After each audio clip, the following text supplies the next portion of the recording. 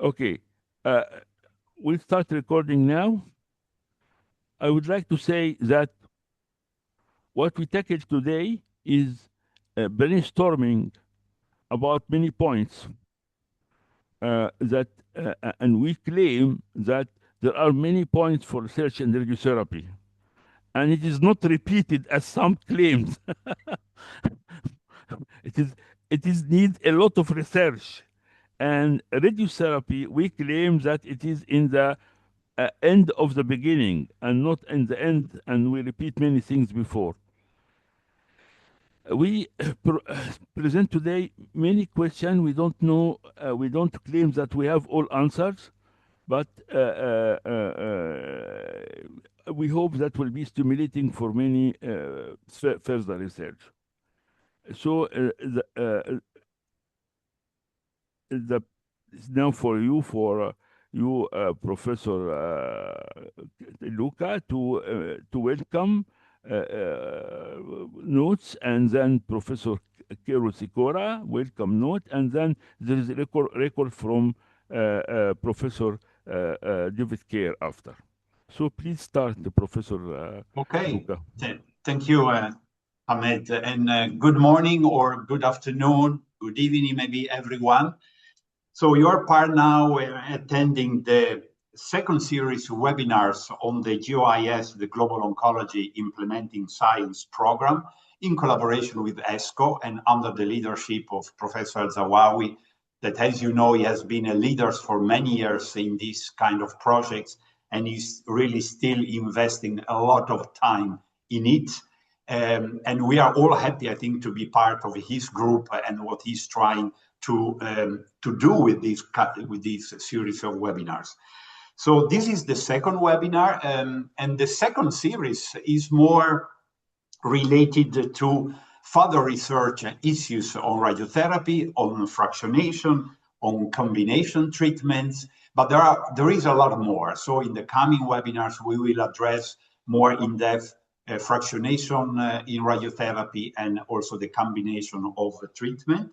I think we will have a nice program today looking at some of the questions that Professor Zawawi will address or will raise in his talk, but also having and concluding the afternoon with a very interesting AI talk by Dr. Monica Sonu, because as you all know, artificial intelligence is becoming really part of our daily practice, and many might have also concerns about the use of it. But I think it will be very good to start thinking of using or collaborating with the AI companies to make our life easier as a clinical oncologist, and probably also to improve the care of cancer patients.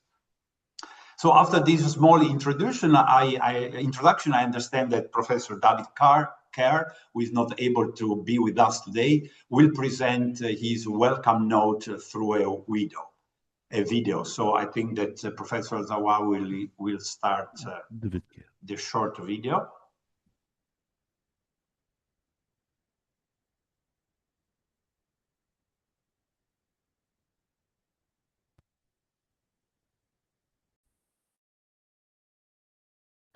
Hello, I'm David Kerr, Professor of Cancer Medicine at University of Oxford, but more commonly I introduce myself as friend and sidekick of Professor Ahmed Elzawi. He and I are co-chairs of this fantastic series of seminars and meetings in which we brought together ASCO and our Global Oncology Implementation Science Group. And Ahmed has been a dear friend for more than 25 years and is utterly committed to bringing a scientific underpinning and understanding as how we can deliver better, more cost-effective cancer care. He calls it the win-win coalition, and I understand exactly why. We have deep roots into science, into pharmacology, into improving the delivery of radiation therapy. So a strong platform of evidence base that allows us to give treatment which we think will be effective, but return value for individual patients, for hospitals, and for health economies. Please excuse my cold. It's winter here in the United Kingdom. So it's a great pleasure to welcome to this second series of seminars. Oh, honestly, I do apologize for coughing. Um, we're taking a deeper dive into how we best deliver radiotherapy. We have an enormously talented cast of speakers. Ahmed has got this extraordinary ability through his network of friends, of professional colleagues that he's built up over a long and distinguished career. And he always gets the very, very best speakers, but most importantly, we want you as the audience to turn up and to support us and to provide your own ideas and insights. Thanks for attending the meeting. Your attendance is much, much appreciated. On behalf of ASCO-GOIS, I welcome you and I thank you. Thank you very much indeed.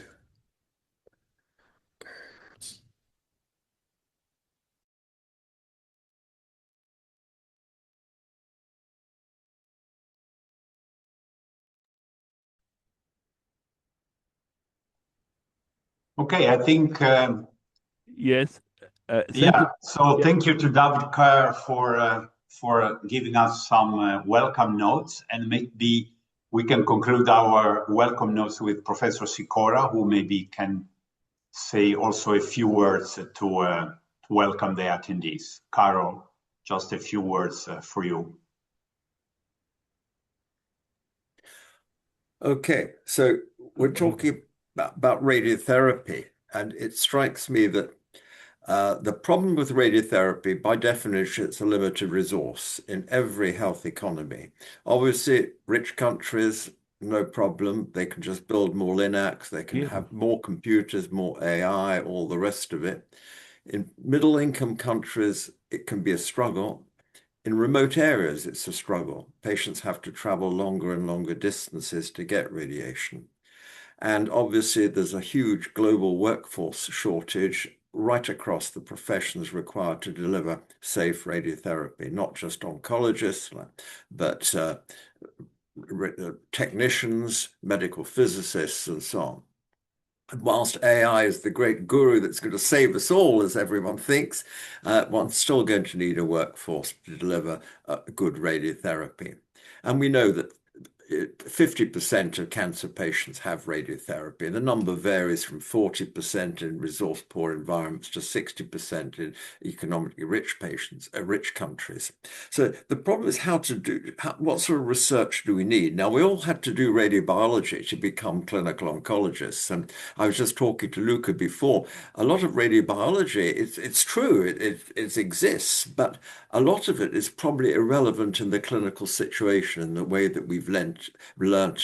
Repopulation, reoxygenation, all these things are very nice in vitro, in tissue culture, to some extent in homogeneous tumors in experimental animals where you inject a few cells, the tumor grows to a defined small size and you use that as the model for therapy. But when it comes to the plethora of differences within the human and the differences of radiosensitivity between individual patients, it's overridden by other factors that we just don't understand. And of course, there's the immune system as well interacting with the effects of radiation, releasing all sorts of antigens in an uncontrolled manner.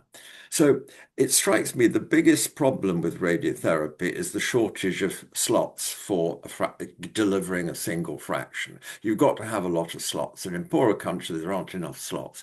The two cancers where radiotherapy is used the most in every environment is breast and prostate cancer. If you could somehow reduce the demand for radiotherapy in those two cancers by 50%, for example, you'd free up radiotherapy resource all over the world. So can we do that? Well, I think we're beginning to see, and again, Luca and I had this conversation before, ultimately, it would be just great for everybody, patients as well, if they could go into a cancer center, have a single shot, a single fraction, and go home with no problems. That would be the sort of dream, but it's not realistic. But we can reduce the number of fractions. That's what we've seen all over the world. One of the problems in radiotherapy is how it's paid for. And in many cases, it's paid per fraction, which means those that have invested in radiotherapy equipment, whether they're public sector or private sector, to get the money to pay for radiotherapy want to use many fractions. It's in their interest to deliver 20 or 30 fractions where they can for these diseases rather than 4 or 5 fractions. So I think we're seeing a difference, and there's a conflict in that.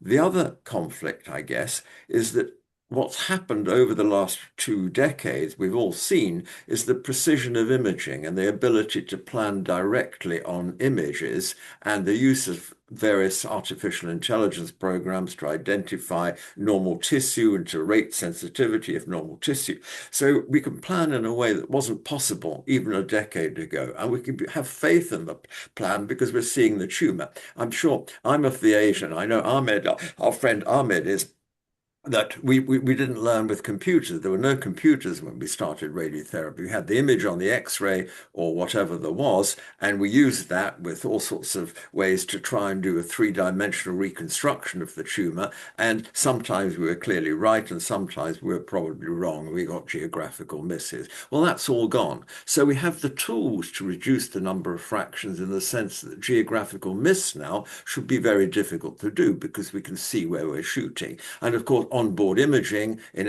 all its forms, culminating in the MRI LINAC, for example, which is the ultimate in onboard imaging, allows us to check the precision of treatment with every single fraction we go. So it does seem to be that increasing the dose per fraction and reducing the total number of fractions, which drastically reduces the workload of a LINAC, including the staffing for a LINAC, seems a good way to go. And that's what we've seen now. I mean, Britain pioneered the single 8-gray fraction for bone metastases, for palliative thing. And that's something that is still not, in the United States, still single fraction bone metastasis is rare to deliver. And that's probably because of the billing model there, where the bill for a single fraction is just very much reduced compared giving 5 fractions or 10 fractions.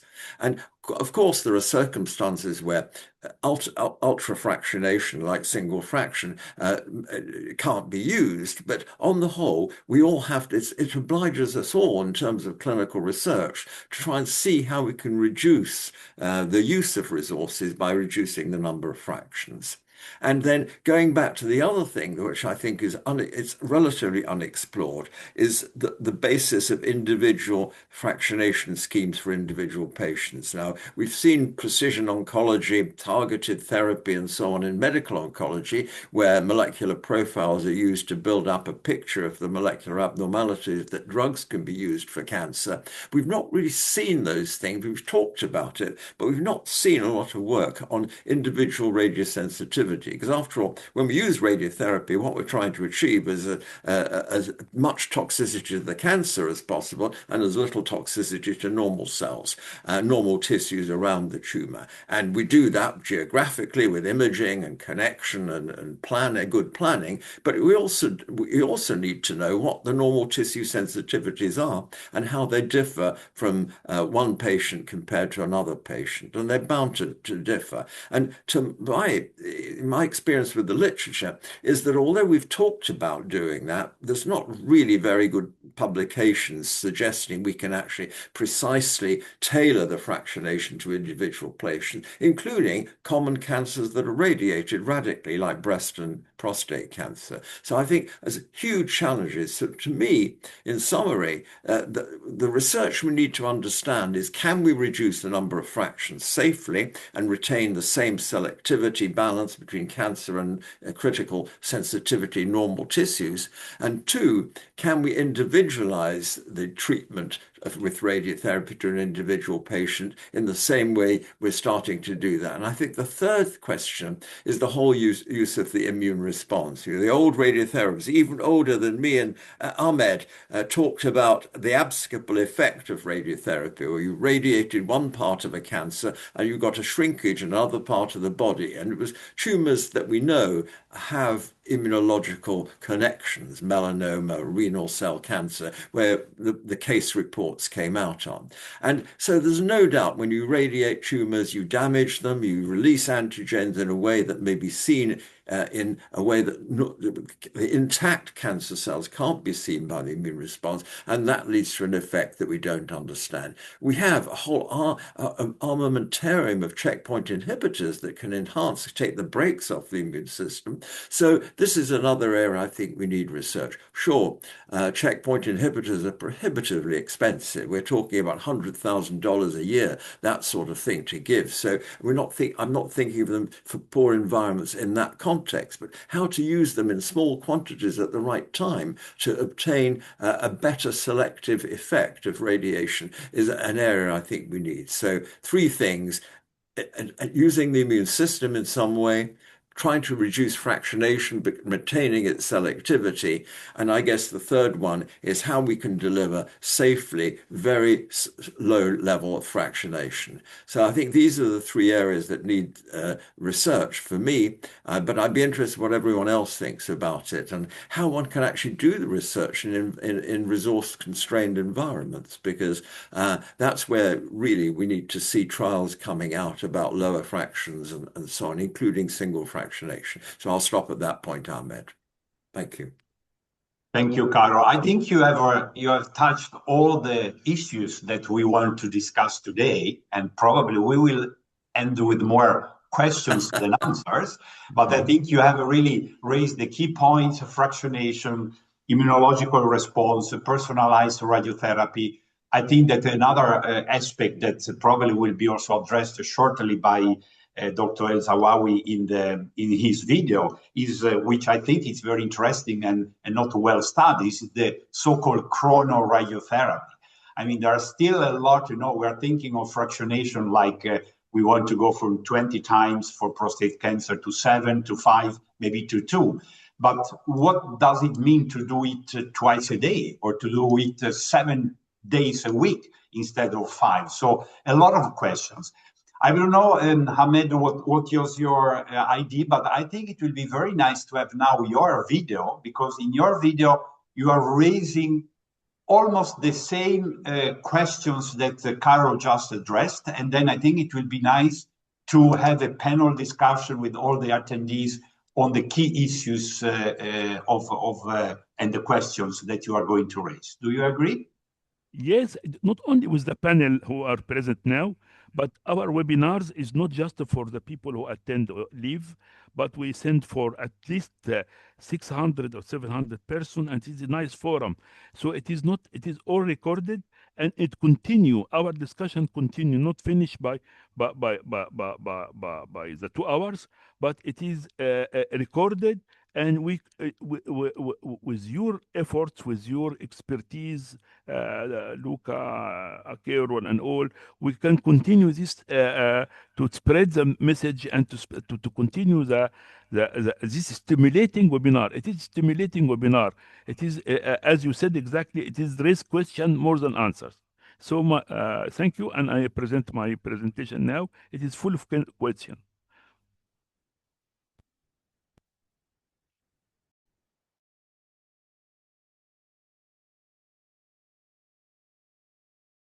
Hello, I'm glad to be among you today. We are in the second series of ASCO-GOIS International Webinar and Certificate Game-Changing Global Oncology. Today is the second webinar, but I'll present first a resume from the first webinar because it's the same topic, and then the details in the second part today. I am Ahmed El-Zawawi, as you know, and chair of Win-Win Initiative, chair board of directors of Global Oncology Implementing Science, GOIS. It's part of GoU, and here is the link. Founder, president of ISODOC Experts in Cancer Without Borders. Here is the link, isodoc.org. Past president of AORTIC, African Organization for Research and Training in Cancer. Professor of Clinical Oncology with Kano University, Egypt.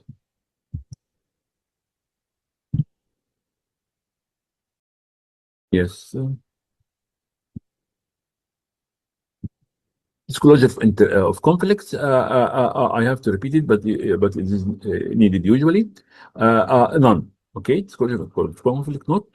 I don't take fees for my lecture out of my university or financial support from any. What it means that is in our form of GOIS, we are free completely to express based on science. I am aligned only to what could be beneficial to millions of patients with cancer, regardless who they are or where they are. So it is an opportunity to all to express freely with scientific approaches or references or reference. Welcome all. The GOIS forum belongs to all the willing. As you know, we adopt always free flow of ideas, flexibility of thoughts, short innovation plus exploration of older and classic ways. The big brainstorming hypothesis here is we claim that the field of scientific studies of radiotherapy and allied sciences is still in need of many research, study, and game changing. What do you think? This is an invitation for discussion for all. This brainstorming is meant as a starting of stimulating point. Its value depends on your discussion, feedback, modification, constructive criticism, etc. We welcome all your feedback before, during, and after the webinars. Please take some of these points to discuss in your institute organization, even to publish your outcome. We don't claim any ownership, and we repeat this always along the series. Why more research is needed in radiotherapy and related science? Today, radiotherapy or without surgery is responsible for most of the cure in cancer. All cancer drug therapy is responsible for only 11 to 12% of cure in cancer. Maybe in the last years, it increased slightly, 1 or 2% more or something. Correct me if I'm wrong, but with reference and evidence. So despite of all these loud voices and all that, but this is a fact. The remaining is attributed to surgery and radiotherapy. 50 or 60% of cancer patients will need radiotherapy along the course of their disease. There is a growing more indication for radiotherapy in the upcoming years. The prospect is there. It is wide. In combination with new technology like targeted drug delivery, nanotechnology, and immunotherapy.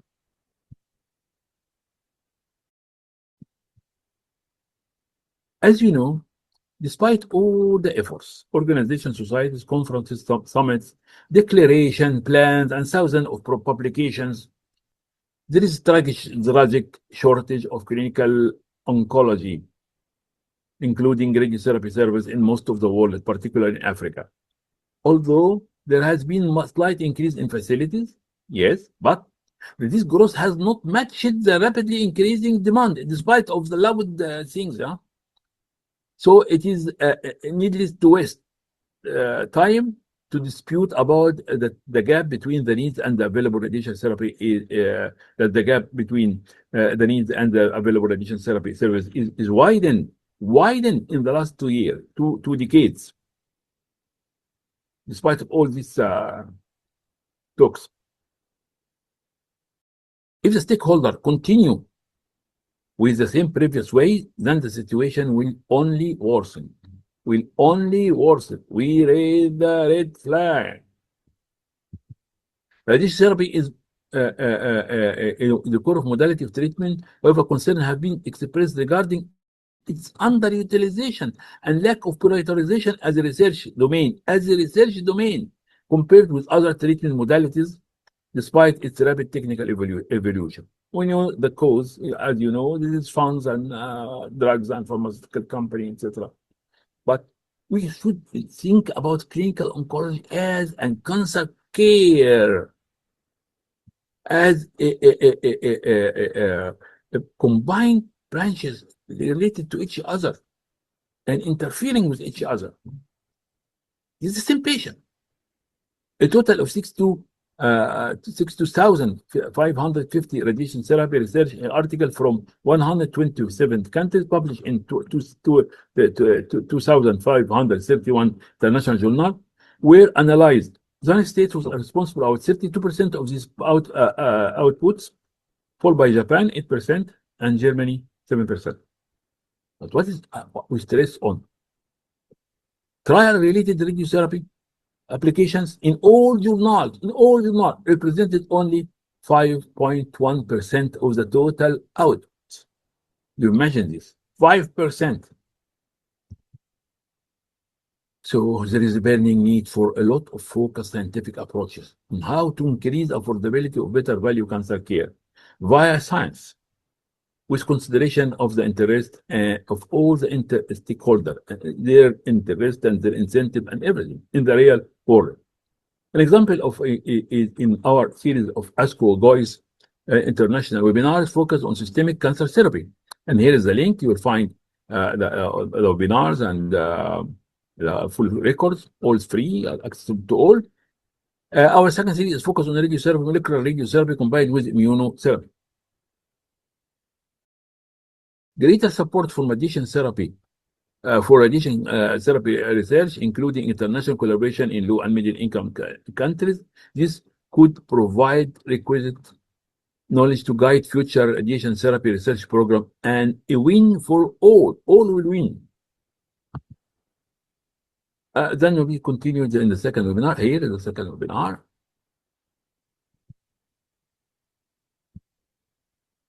Today is the second webinar, November 26 to 2025. Why a lot of further research in radiotherapy is needed. What we present is a starting point for collective brainstorming. Its purpose is to present its purpose is not to present final answer, but to raise important questions about directions for radiotherapy research and to spark collaboration. Some example of brainstorming point is that may stimulate more radiotherapy study. That this is what we present. This is not exclusive list. This is not exclusive list of stimulating, but it is stimulating suggestion for further studies. One, radiogenomic, genetic variation, and radiotherapy response, like some types of single nucleotide polymorphism. Then single nucleotide polymorphism play this one. The first one is play a key role in understanding biological treatment response to radiotherapy. This genetic variation can influence both treatment efficacy and toxicity. An example, DNA damage repair genes. Here, for example, this variant in gene such variant of genes can alter DNA repair different efficiency, leading to increased resistivity and toxicity. These details in the slides and text. Present on demand, just send to me. I send to you all. Inflammatory pathway. Gene involved in inflammatory pathway with some types of single nucleotide polymorphism. It can influence the development of radiation-induced toxicity like oral mucositis. Apoptosis of and cell cycle control. Yes, also a gene. Example of specific single nucleotide polymorphism associated with radiotherapy toxicity. This is the first example associated with severe oral mucositis and poor treatment response in oropharyngeal carcinoma patient. Second example is linked to increased risk of grade 3 oral mucositis in head and neck cancer patient undergoing radiotherapy. Third, associated with late urinary toxicity in prostate cancer patient treated with radiation therapy. So when we study prostatic adenocarcinoma response to and toxicity to radiotherapy or something, we should go deeper for these studies and when we study toxicity. The fourth one, potentially linked to radiation pneumonitis in lung cancer patients. More clinical implication. One, personalized medicine undergoing single nucleotide polymorphism can help tailor radiotherapy treatment to individual patients, minimizing toxicity and optimizing treatment efficacy. Biomarker development, single nucleotide polymorphism can serve as biomarkers to predict radiotherapy response and toxicity, enabling a more informed treatment decisions. Future research direction. Further studies are needed to fully and elucidate the relationship between single nucleotide morphorism and the radiotherapy response, and to develop single nucleotide morphorism based predictive models for clinical use. There are many wide tracks of studies. There are already many studies, but is still a lot. Breast radiotherapy and pain. This is very interesting. A study on 2020 reported that 37% of patients experience moderate to severe breast pain following radiotherapy. Conventional fractionation was associated with more toxicity, pain here, than hypofractionation, supporting the recommendation to offer hypofractionation when appropriate. You imagine this? And expiration in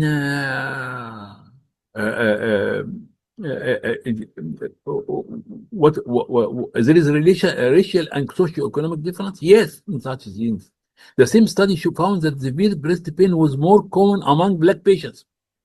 This raises critical questions. We raise the question in race itself. Is race itself a biological predictor of breast pain, or do socioeconomic factors or scale access explain these disparities? But breast pain are more common after radiotherapy is more common in Black race. Why? It is just explained by genetics, or it is the socioeconomic factors. Addressing racial bias in health care and ensuring equitable care delivery are essential. We have to assess the cause of this finding, hence to improve the care of our multiracial breast cancer population. Interestingly, patients treated with teaching in teaching hospital, which is surprising, teaching hospital with hypofractionation reported lower toxicity, a finding not observed with conventional regime. Is there difference in effect of the above cited elements among races, population response in different tumor and adjacent healthy tissue? For example, delay in DNA repair leads to more sensitivity to radiotherapy among Black skin patients with prostatic adenocarcinoma.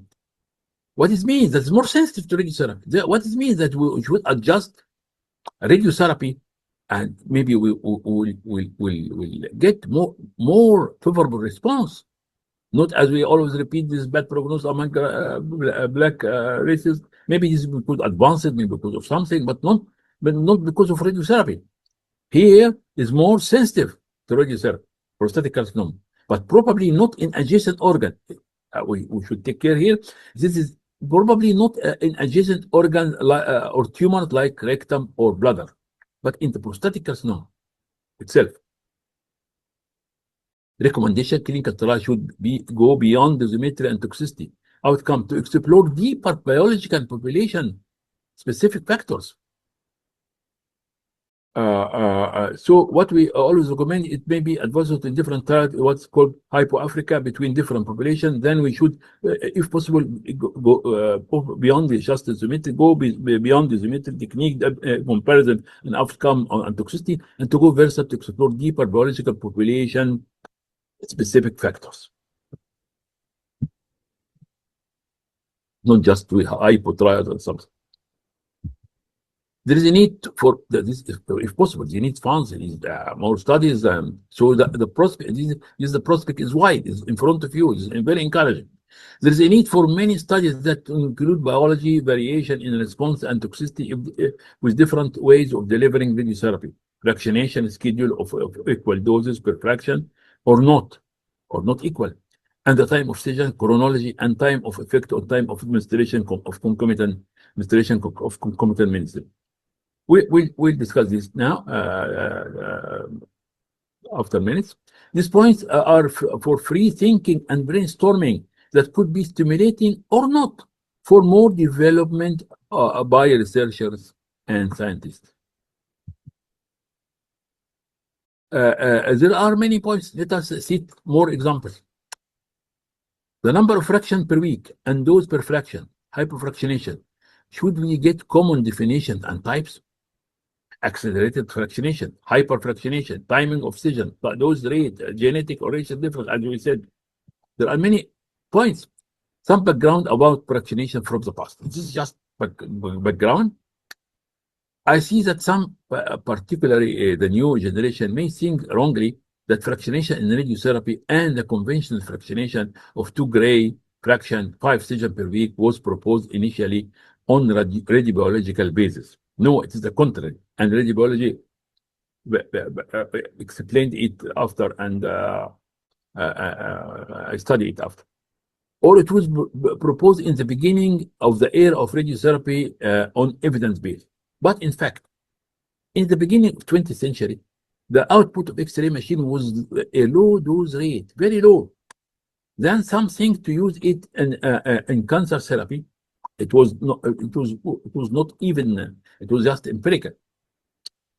To give a good amount of radiation, then several sessions over some days were practiced. So because those low dose rate, there is a thesis even I read it in 1906.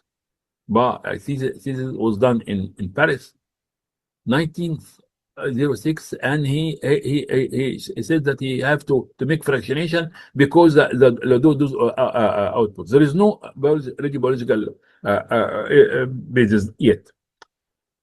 And from there arise the concept of fractionation, and then come to radiobiology to explain to us many things. And still there are many things to be explained. To give a good amount of radiation, then several sessions over some days were practiced.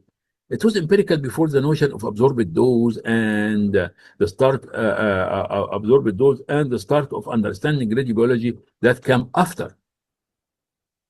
The cause that frequency of number of sessions was proposed to be five per week, is that Saturday and Sunday were off. This is why it's 5 days. This was empirical in the beginning. Then again, radiobiology come after. Then some important notion come after: nominal standard dose, time dose factor, alpha beta, and early and late effect of other factor, other element arise. Defining hypofractionation. This is very important. Is this a definitive consensus about the definition of moderate hypofractionation? Is that above 2 gray or 2.2 or 2.1? Or what is the upper limit, in the other word, the lower limit of ultra hypofractionation? Its upper limit is of moderate hypofractionation, is the lower limit of ultra hypofractionation. Do we consider all the following: 2.1, 2.5, 3, 3.5, 3.6, etc., 4 gray or slightly more per fraction as moderate hypofractionation? It's nonsense. I don't know. I mean, correct me if I'm wrong. Our suggestion, what I suggest is what to propose making subcategories rising from the lower limit of dose per fraction till the high limit of moderate hypofractionation. I think it worthwhile discussion and to conduct study and universal recommendation. What do you think? You will discuss and you will suggest, and we are many experts more knowledgeable than me who can study this. But we should have consensus together about this. Some history. In the stimulating the text material, but I say it briefly. Personally, we applied in Teno Hospital, Sorbonne University. Now it's affiliated Sorbonne, Paris, France, when I was a resident in 1971 and after. I am old man. Was the protocol approved by the late Professor Analogier, Professor Michel Chilangier, and team. Also, it was protocol advised and used by Professor Salazar in Institut Gustave Roussy. It was 45 in 18 fraction, 44 half a week for post-mastectomy radiotherapy. So this concept of hypofractionation, as we think that is new, is not new at all. And the same plus boost for post-conservative surgery. I applied this protocol in Port Said, Egypt, in most cases from 1994 till 2015.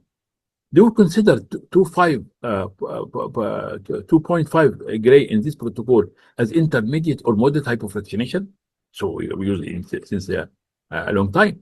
Bearing in mind, it was used since long time by some oncologists in Manchester and all. It was even more hypofractionation.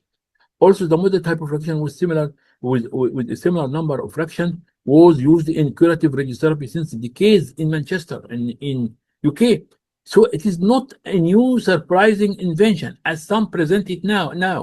No, but we study we study it to understand it more and to adjust it. But surely it needs more deeper study that consider different different factor and new elements. This is what was needed really. Here is the references. Non-uniform dose delivery should be delivered. The delivered dose be equal L among in all sessions or part of the course. For example, in the 70s, a protocol of 4 sessions hypofractionated, 4 sessions only, but not equal doses session along 2-3 weeks was practiced by Professor François Bailly, Hôpital Necker, Paris, and Professor Jacquia, France also, for post-mastectomy and for post-conservative breast cancer surgery. Also, there are some idea by some researchers who suggested some mathematical models to deliver different doses with different days of separation between every session for glioblastoma. Mathematical model and not equal session and not equal separation days.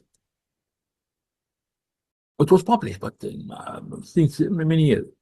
Note the later example should not be taken or cited as reference or evidences, but it could be start of brainstorming panel that may result in some suggestion, adjusted suggestion, not just memories, for studies or not, depending on the outcome of discussion and virtual and written feedback, both. If there is a valid rational or radiological evidence to deliver part of the course as convention and other part as hypofractionation or different type of fractionation along the course, should the radiotherapy course combine different fractionation strategy, for example, starting with hypofractionation, then continuing convention? This history also, but there's no evidence. This was done. History of thinking with no trials done in 1980 in Centre René, I was there after France. I find that the tenure there, we use this protocol. Personally, I was among the young staff there, and the usual protocol for advanced and head and neck cancer was to start with 3 sessions of 5 grades. We call it 3x5 in 3 successive days, then to continue as conventional 2 grades, 5 sessions per week. 2 grade per fraction, 5 sessions per week. This protocol that was presented and discussed with the pioneer, Professor Gilbert Fletcher, MD Anderson, several times. We discussed it with him in Paris, but it didn't present any objection, and see, we shall see. But we doesn't mean that we consider in any way these memories as a references or evidence, but for brainstorming discussion and to develop evidence, if any, if present. Fractionation per week for in radiotherapy. How many fraction per week? Background history and brainstorming for potential perspective. 2 or 3 per week, or 4 or 5 or 6 or 7 fraction per week. We said that 5 fraction per week was proposed in early decades, and because the working days was 5 days per week, all over France and UK. What about 6 fraction per week? It may give better local control in head and neck cancer versus conventional fractionation. You imagine this, and this is the reference. It is a study of Overgaard, and it gives better local control. And here are the references. What about changing system of work in radiotherapy units and hours of working? Be 7 days per week. How this could increase the number of treated patients and access to radiotherapy and effects on total cost of running of services. Here's the reference, chapter 17, challenge of radiotherapy accessibility in post-COVID area by the Professor Data in our book, Approaching Global Oncology, and here is the reference. Chronoradiobiology, timing of radiotherapy. Does the time of the day affect efficacy and toxicity? Timing of radiotherapy session along the course. Circadian rhythm and biological effect of radiotherapy. For example, what could be called chronoradiobiology. Chronoradiobiology. Does chrono-modulated radiotherapy affect the efficacy and toxicity on patient? I don't know, but there are some studies. There is difference between different biological and different circadian rhythms, particularly in some profession who have night shift or other factor in timing. There are some studies about that, but should be should need deeper studies.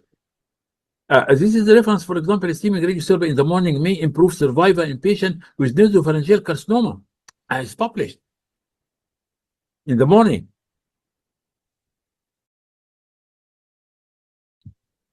Concomitant drug and chronotherapy, timing of chemotherapy also matters. A morning administration of temozolomide, Temodal, in glioblastoma was linked to better outcomes. So the concomitant drugs also an radiotherapy. More information, timing of some concomitant drugs. The article about circadian effect on administration Temodal in glioblastoma. Data from small retrospective studies suggested that Temodal dosing in morning may be associated with higher efficacy and better outcome.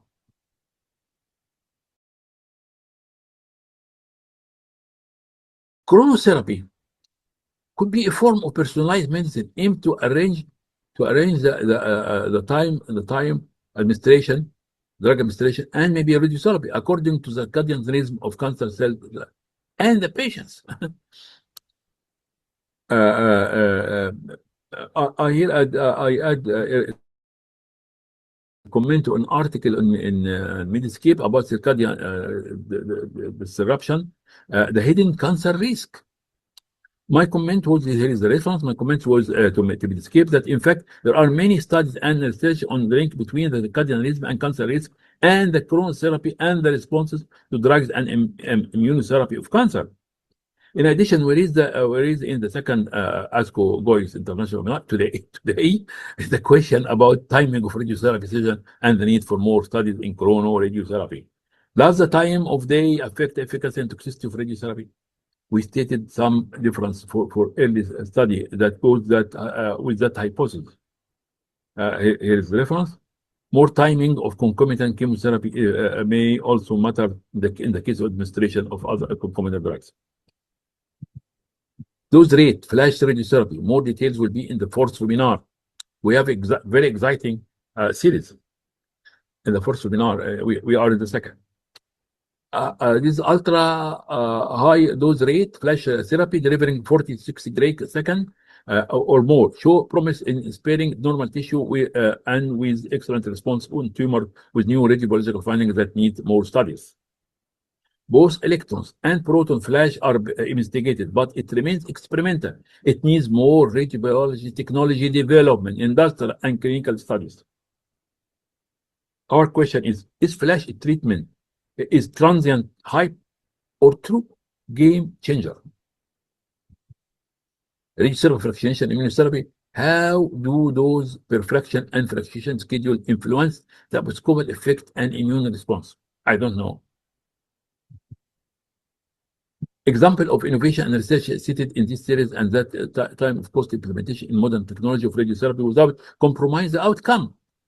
Hence, you treat a greater number of patients with the same machines that you have. In the third webinar, next webinar, we present Professor Eric Ford will present low-cost radiotherapy machine and novel ring-based compensator intensity modulator radiation therapy, save time and cost. Lowering the cost of image guidance in radiation therapy using low dose megavoltage imaging, cone beam CT for accurate radiation therapy delivered by Professor Rose Bormico. Save again time and cost and can treat more patients. Brainstorming on AI in clinical oncology and prospects. In the third webinar also. It's very, very exciting. We invite you all, please. In the fourth webinar, smart radiotherapy, biomaterial for combining radiotherapy and immunotherapy. Professor Will Nigma, and we cited other, and Ital, and we cited other innovation in the series and in our programs. Note, just a question, is the term 2D radiotherapy, two-dimensional radiotherapy, is right? In other words, is there is really 2D radiotherapy, as sometimes wrongly stated? I say it is impossible and not imaginable to produce 2D radiotherapy. Well, I propose to call it, as many call you call it, 2D imaging-based radiotherapy planning, as this what happens in fact. So what's frequently stated by resident 2D radiotherapy is not imaginable even. Some more brainstorming question for research in general and for radiotherapy. In real life research study, consume resources, patient time, physician time, patient's time, physician time, hospital resources, and significant financial cost. Therefore, research should be prioritized and guided by global needs and feasibility. A realistic and win-win approach to radiotherapy expansion, practice, and research should be designed.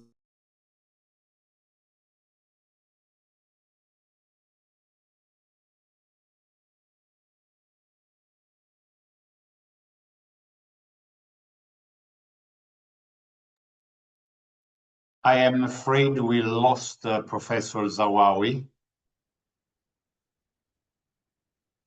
So we will wait for one more minute. Okay. Radiotherapy getting back. Thank you. Ability in mind. Final thought is our claim that field of research and study is still version. Field and study in radiotherapy is still version. Is still version. Is this true? What do you think?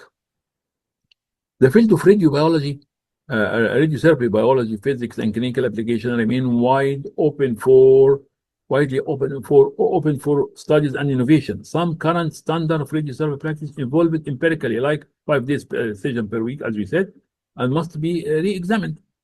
This document is starting point for more brainstorming. Its purpose is not to present final answers, but to raise important questions for discussion about the direction of radiotherapy research and to spark collaboration. This brainstorming will be of no big value except after your discussion, modification, feedback, and criticism and contribution. We invite colleagues and organizations worldwide to participate and to lead a big brainstorming initiative in radiotherapy research and implementing science. It includes and abstracts different involved sciences, applied sciences, radiobiology, cancer biology, physics, technology, radio, and pharmacogenomics, and combined therapy with external, for example, external radiotherapy with without one or more immunological approaches and treatment, medical cancer, or concomitant also with medical cancer therapy, targeted therapy using nanotechnology, smart radiotherapy material, or along technological engineering and industrial innovation. So it could attract and involve researchers and funds from different disciplines, not just 3 fraction, 5 fraction, or something. No, it's more wider than that.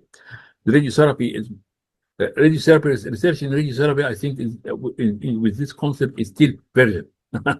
with you all the contribution and leadership of many experts, institutes, society, organizations, and industry, then radiotherapy with the allied science will start a wide prospect. Feel free to take some of this point to discuss with your in your institute or organization, even to publish your outcome. We don't claim any ownership. Again, we don't claim any ownership or praise. Any suggestion or model, even what we suggest, will belong to their doers. It is a big issue. I don't claim any leadership, as I am an old clinical oncologist. I have 73 years old, and I'll be 74 in the new year. So please allow me to be one of the initiators and stimulators. We need many leaders. It is a very big issue in institutes, societies. We welcome all feedback before, during, and after the ASCO seminar. It is a call to move of the excellent player in the world to a better game, one that ensures increasing affordability of better value cancer care, including radiotherapy, with dignity to millions of patients, and to that research fulfill its global potential. Thank you all. On behalf of all the leaders and faculty and experts on GOIS. This is our message. It is our message of love for all humans via science, not via talks. It is the message of GOIS. Well,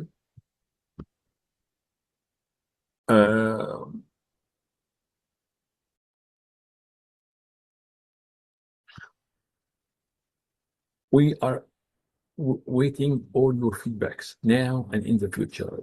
Send emails via the web, videos, and if when you allow to us to spread to colleagues, then tell me with your email and affiliation. If you want to lead some of these points discussed in this university, please do, and please go on forward, go forward in fruitful cooperation together. Thank you all, and bye-bye.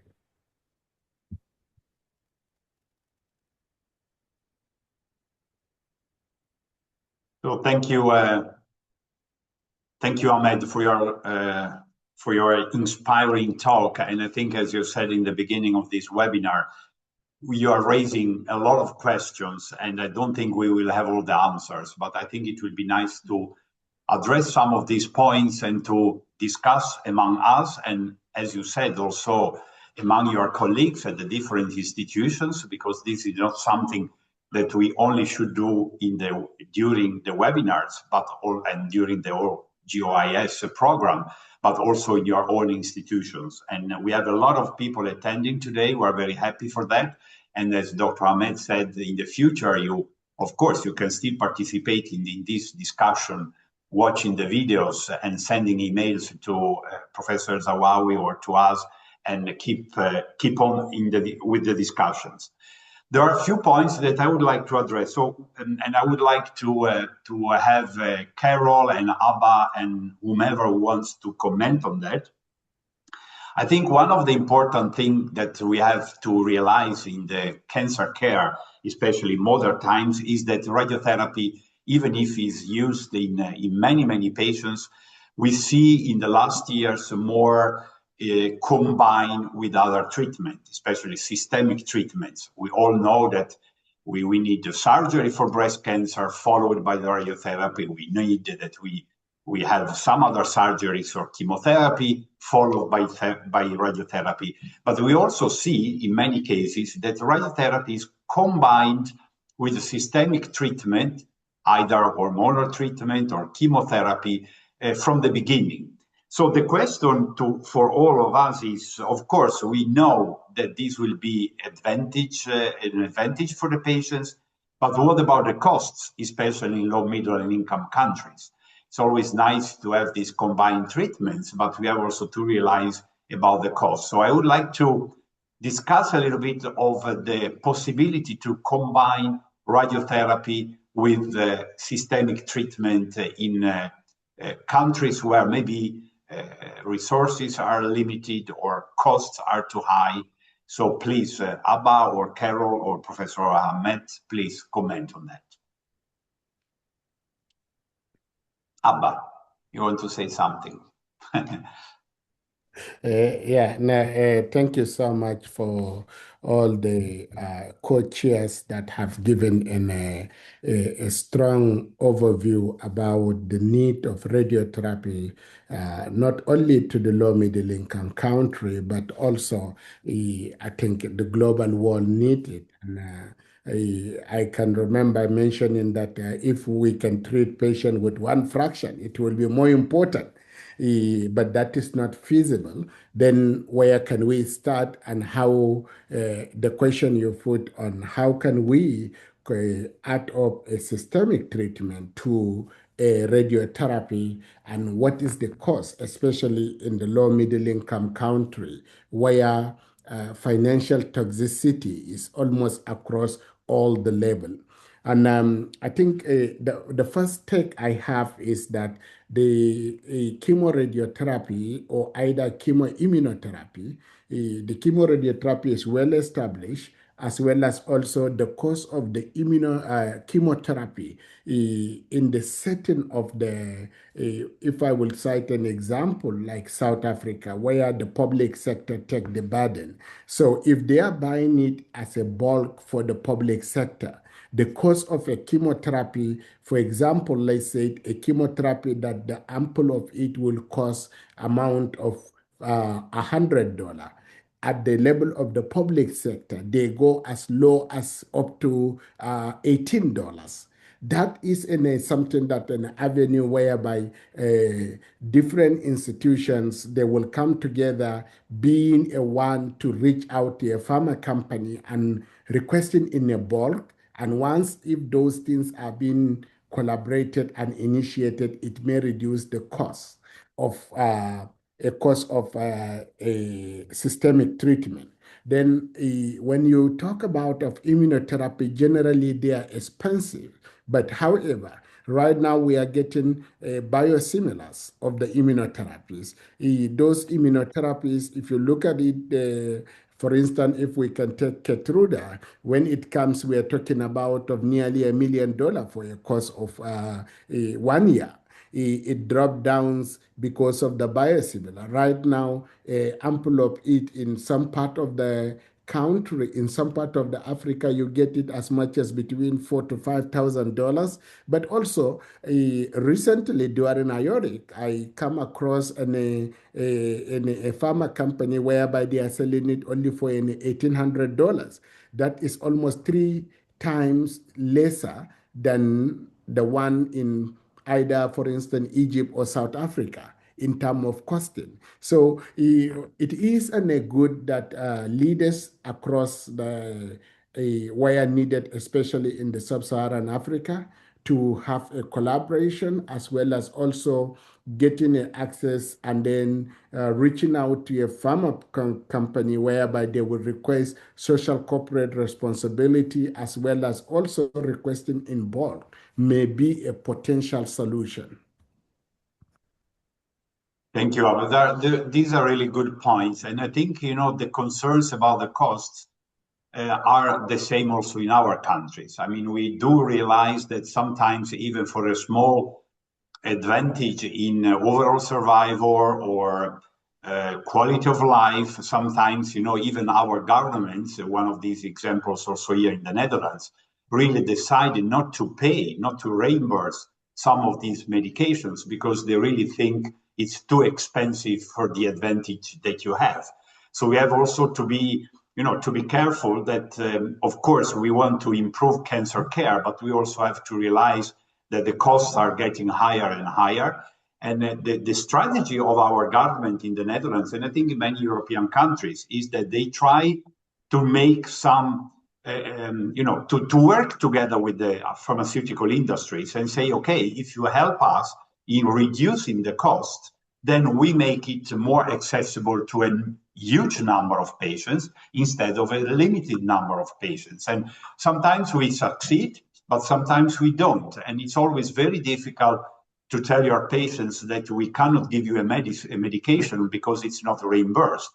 And normally the hospitals have a budget for what we say compassionate using. I don't know if you use this kind of policy also in other countries, but that means that the hospital has some budget to use these medications in a compassionate way. But of course, it's always limited, and it's always a small number of patients that you can treat. And when you don't have that money anymore, you have to tell the next patient, sorry, we have finished with that compassionate program and we cannot give it to you. So, and a more general question, which is also for me difficult as a senior oncologist, being already for 30 years in this field, that I also see that we are sometimes spending really a lot of money just to improve 1% of the patients or 2% of the patients. And of course, even if I would like to do it for everyone, we also have to realize that if you can improve only the life of 1 to 100 in 100 patients and only maybe for a few months, but spend 100,000 euros, I think we should be all very critical among ourselves.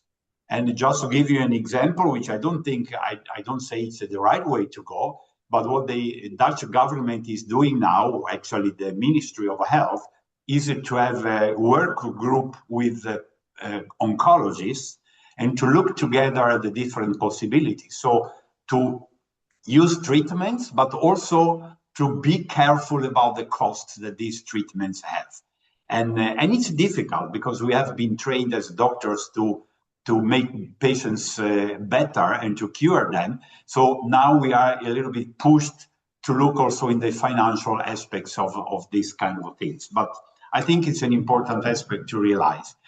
Another point, I think Dr. Ngwa is joining us. I think I would like to hear something about this new possibility of combining radiotherapy with immunotherapy using biological materials. I don't know, Will, if you can comment a little bit on that also as a preparation of the meetings we will have, the webinar we will have more specifically on this combined treatment, because it's a very, very interesting new concept, which I think will change radiotherapy in the coming 10 years, probably. Thank you, Will, for joining us. Yeah, thank you, Luca. And yeah, this is such an important topic. Thank you, Professor Ahmed, for always convening people like this to think about, ways to make cancer care more affordable, especially in a win-win way, right? So I think in terms of the combining radiotherapy and systemic treatments, whether it's chemo or immunotherapy, this is such a really important topic. And like Luca said, one of the big the next webinar will focus a little bit more on the use of technology, that can help combine this approach, make it even much less, for patients and minimize the side effects, for our patients. So that's going to be one of the big focus of the next webinar. But yeah, so I can share that, I think in the United States, this is such a big problem. I mean, CAR T cell therapy is $400,000 up to $400,000.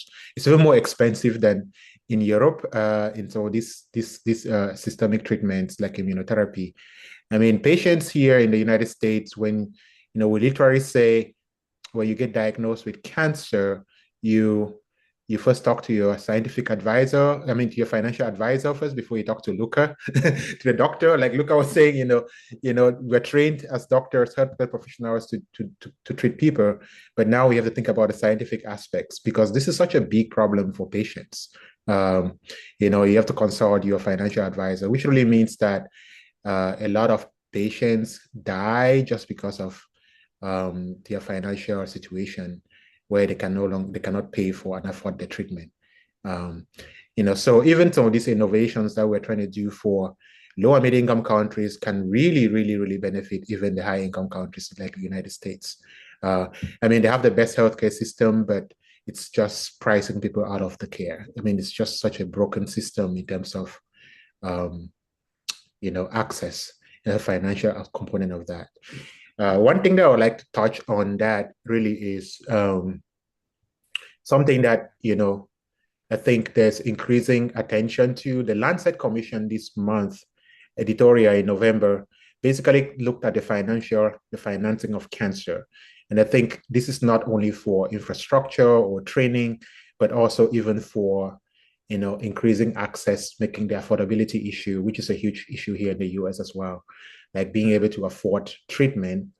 And I think that was a really important editorial, partly because I think we as healthcare professionals, we need to also start engaging. And then that's the additional skills we have to learn now, is also to engage with policymakers, have this outreach with policymakers, obviously working with industry as well. But, to really effect like changes that can help increase access, especially if we've done the scientific, which is really what Dr. Professor Ahmed always focuses on, like generate the scientific evidence.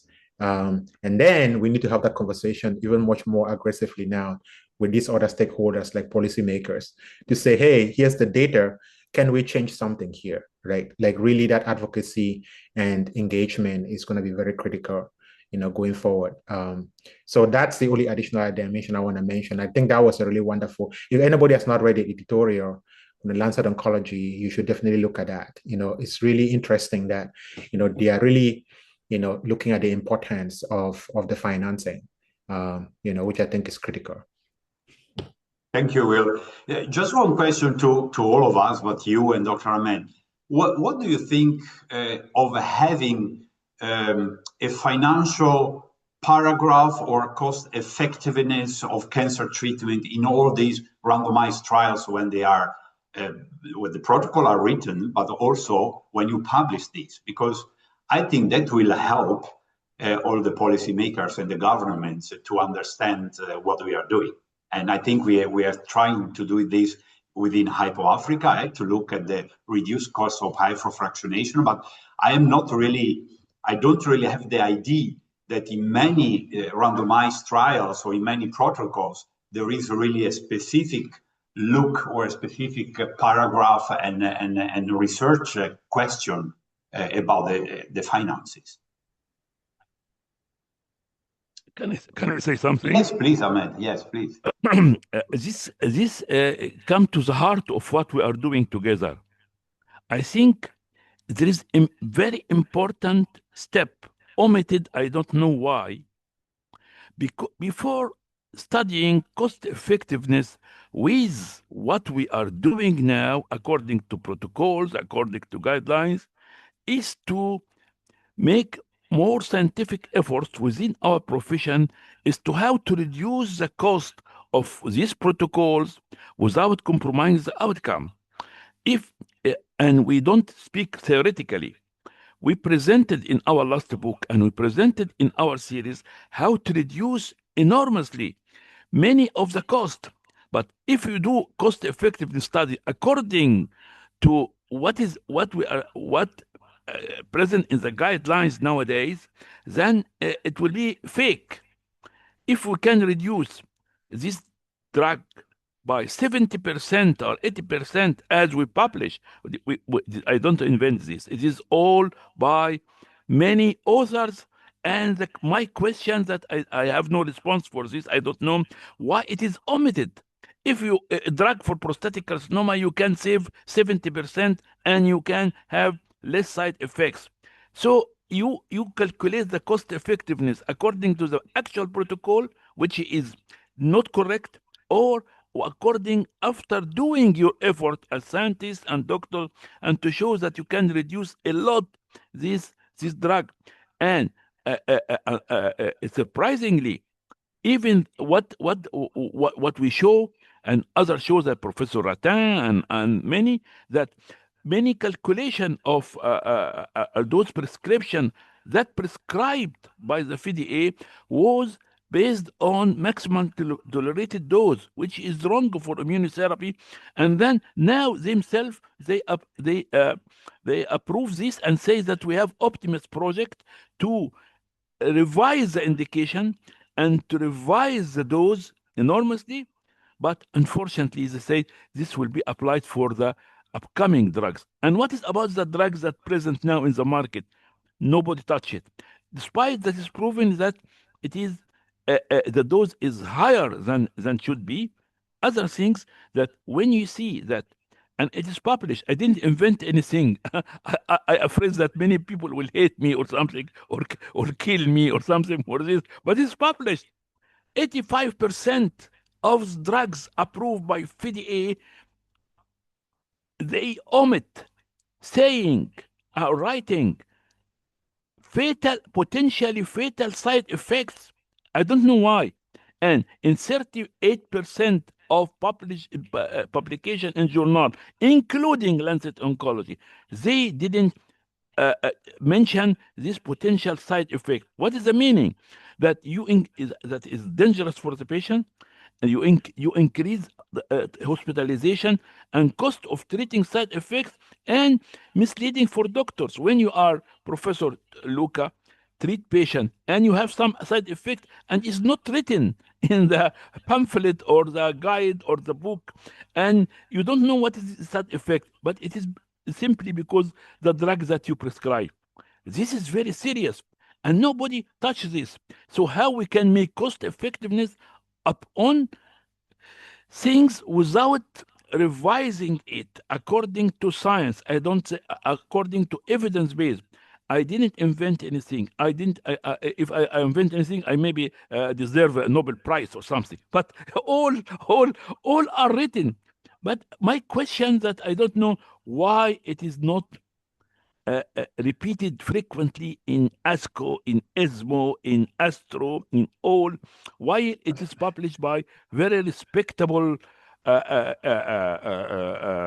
and the other things that when we say this, say we repeat things that it is common, we know all this. No, it is dangerous.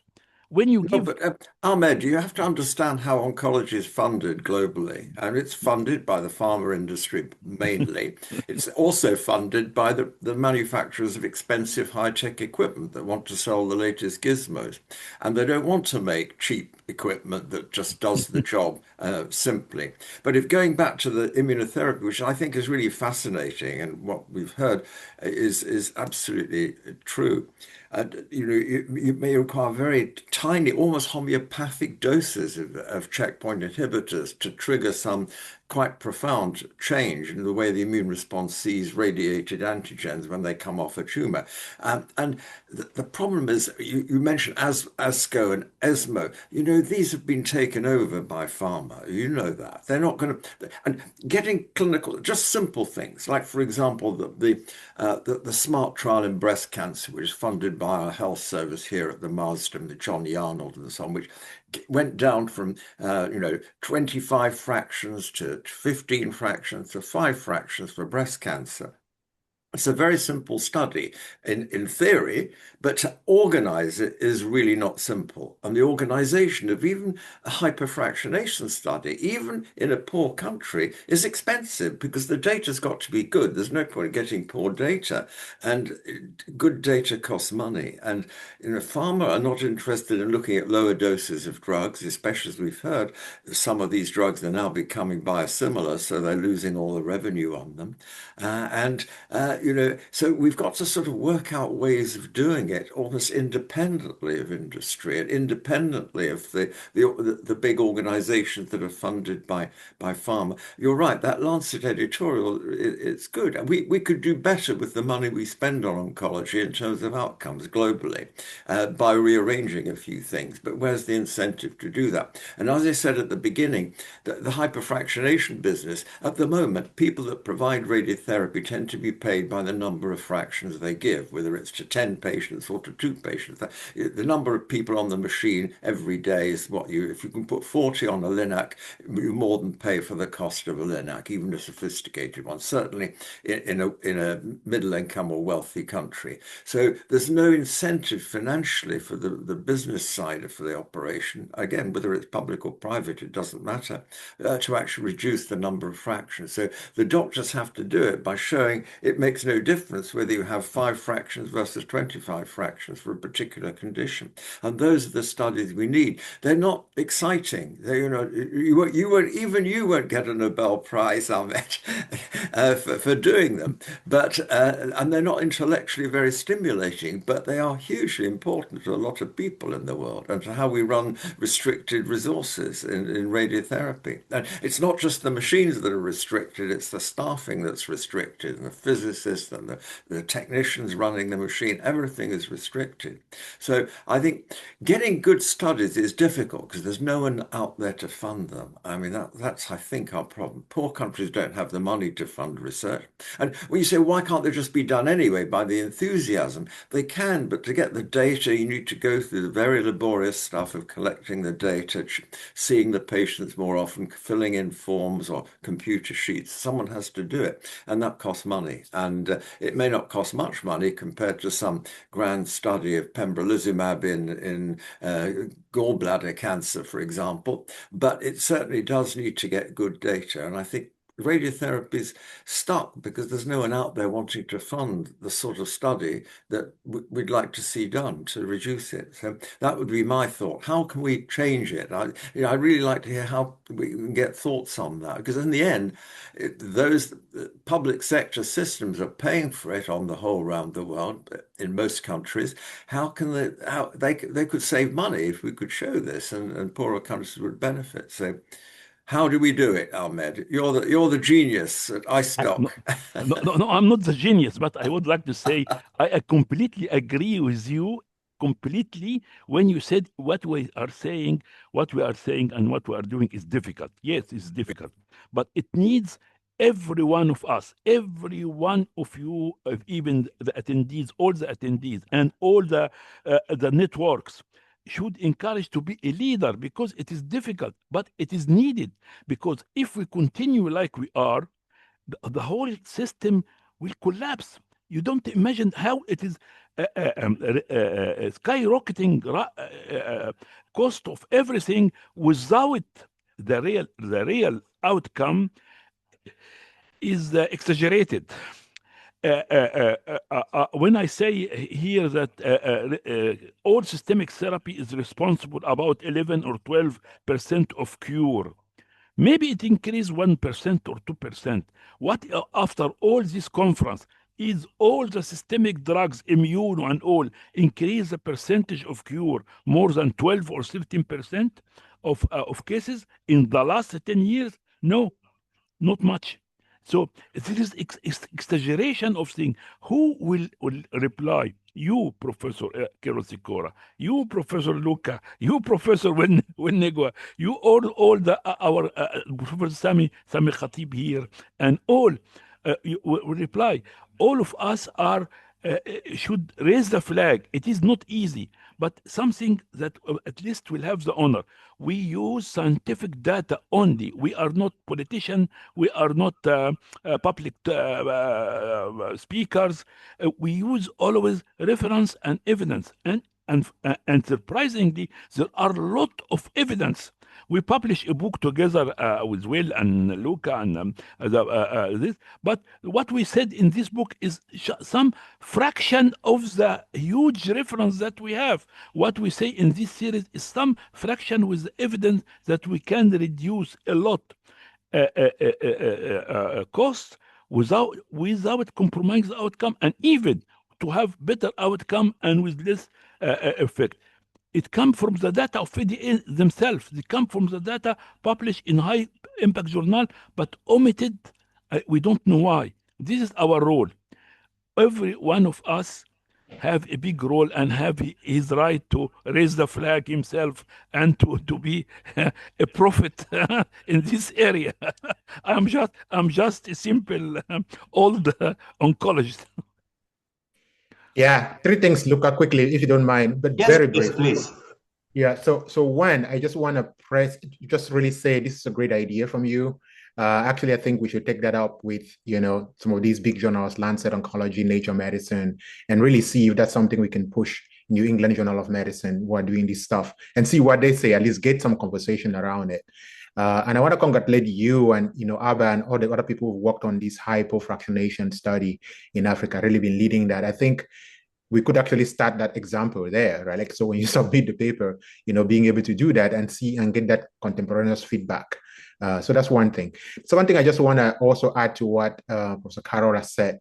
So, the next webinar, we'll be talking about how we use this smart biomaterials, nanotechnology to combine immunotherapy with radiation in ways that is actually very cost effective. Like, so, and what I'd say, the example where he said where pharma is not incentivized. So with this work has been done at Harvard and Hopkins, like, there is with these clinical trials that we've been doing with Hypo Africa, the next phase of it is logically that, where, for example, for prostate cancer that Luca is leading, instead of putting the fiducial markers just by themselves empty, what if you could load drugs into the fiducials that can help take those antigens that are generated during radiation and create a systemic effect. And the studies have been done to really show that this would be great. So when we approach some of the big pharma, to your point, Professor Carol, like, it really means that the drug, they get a lot of money from the systemic drugs, right? Like, so you're going to do infusions in cycles every time, and that's $100,000. But they actually know that if you use these biomaterials to load their drug in there and release it, it's going to cost 100. Like, it's going to be so small, and there is no incentive for them to support that because, that means they're not going to make money. And that's just the big problem that, so we need to disrupt the system. We really need to come out of that to help disrupt that system. And so, yeah, actually the last point I want to make is that, that next webinar, it'll be really nice to, we're going to share some things about, I really invite people to attend. There's actually to be a major funding opportunity that some major funding coming in to look at how we can combine radiation and immunotherapy. That may really be opportunities, even for those of us who are online today, to also participate in that. So those are the three brief things I just wanted to add. Sorry. Okay. No, we have many. I'm sorry. We have many exciting topics in the next webinar, in the third webinar, in the fourth webinar, in the fifth webinar. So stay tuned with us. I would like just to ask the co-chair, Professor Luca, that we have time now for you and Abba and Monica. Monica have a very interesting talks about AI, but AI will be discussed again in more details in the third webinar. Yeah. Yes. So I think that because we will have a more in-depth webinar on hypofractionation and especially on the Hypo-Africa studies and results, I don't want to use a lot of time because I really like to have some time also to discuss AI after the presentation by Dr. Monica. So Abba, please join me to say something about Hypo-Africa. So the Hypo-Africa consortium that has been initiated I think about 7 years ago with a group of Will Ngwa, who has been the leader in this effort, together with Saifullah Haq and together with Stephen Avery. And then after that, I joined the group, and we are now really a big group, a big family, coming together every Saturday afternoon through a Zoom meeting where we really discuss all the possibility of reducing the number of fractions in several types of cancer. So we start with the hypofractionation for prostate cancer because I have done a study several years ago, and many other studies have been published. And we are very, very proud that we succeeded in setting up a Hypo-Africa study in prostate cancer, going from the common 38, 39 fractions to 20 fractions. The study has been done quite quickly in Nigeria, South Africa, and Tanzania. And we have great results. Abba will say something about that. The manuscript is in preparation. And the point we raised with this study was that we wanted really to show that even in an African setting, it is feasible and it is safe to do this kind of studies if you have some support with QA and other aspects from technicians and medical physicists from other countries. So Hypo-Africa is a nice consortium with the doctors, with the physicists, technologists, epidemiologists, pathologists, and they're all working together to make this possible. And we have shown that it is possible to do hypofractionation for prostate cancer in sub-Saharan Africa. There is now a protocol ready for breast cancer, going to 5 fractions, almost a protocol ready for cervical cancer. And we will decrease even the number of fractions in prostate cancer from 20 to 7. So this is really the way to go. And again, we will address this more in depth in another webinar. But I would like Abba to say some words about the first results that we can share with you on the feasibility and the good result of hypofractionation in sub-Saharan Africa.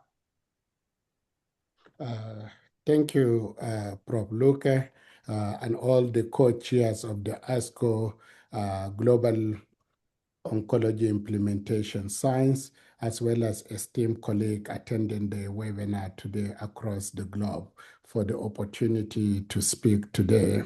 As a disparity in cancer outcome continue to widen, particularly in the resource-limited area, that is where I base. The evidence is very clear.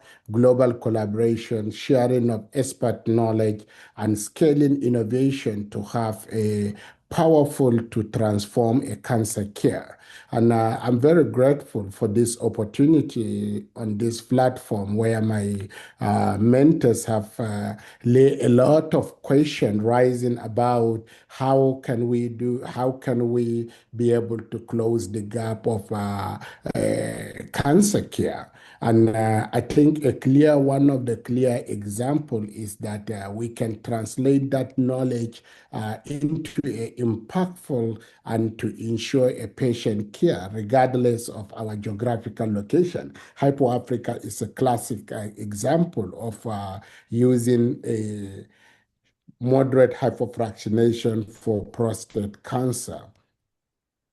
So I will quickly go through. I'm going to skip some of the slide for the benefit of time. I have no interest I have no affiliation, no interest to disclose. But generally, just to give you a background, looking at the incidence of cancer, prostate cancer, the landscape globally, as well as that of the sub-Saharan Africa, we have the incidence of almost about 1.5 million cases, and with mortality of about more than 375 cases. In that, low middle income country or sub-Saharan Africa have incidence of 14%, but the mortality is up to 24%. And if we look at the global distribution of cancer incidence by continent, the Europe, Asian and North American tend to have a higher incidence, and this is attributed to the screening of PSA that is happening in those regions. Them to get incidence compared to Africa. Look at the cancer shared in the Africa prostate in the setting of the common cancer to about 25%. And when you look at the top five cancers in sub-Saharan Africa, prostate is the leading cancer in the male. Worldwide, as well as also in the sub-Saharan Africa, it does have that contribution.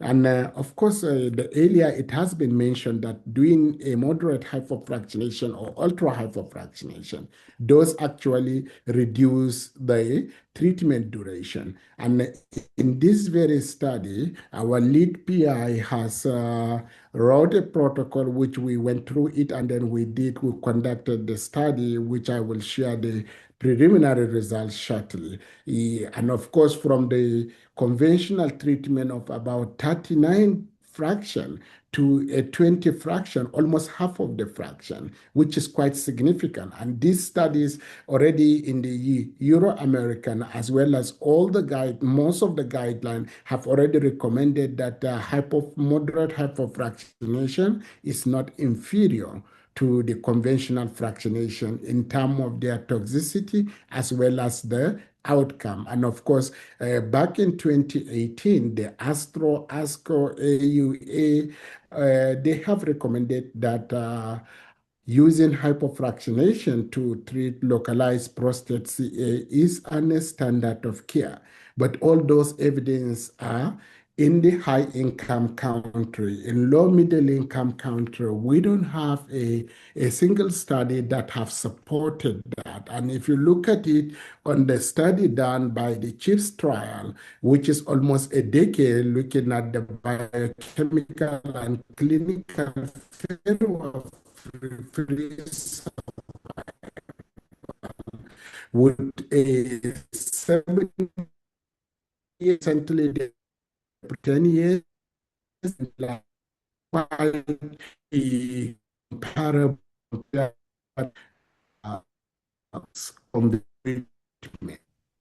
Now, the primary point of that is objective exploitation of vaccination is prostate in Africa setting, and it is prospective infectious trials conducted outside Africa.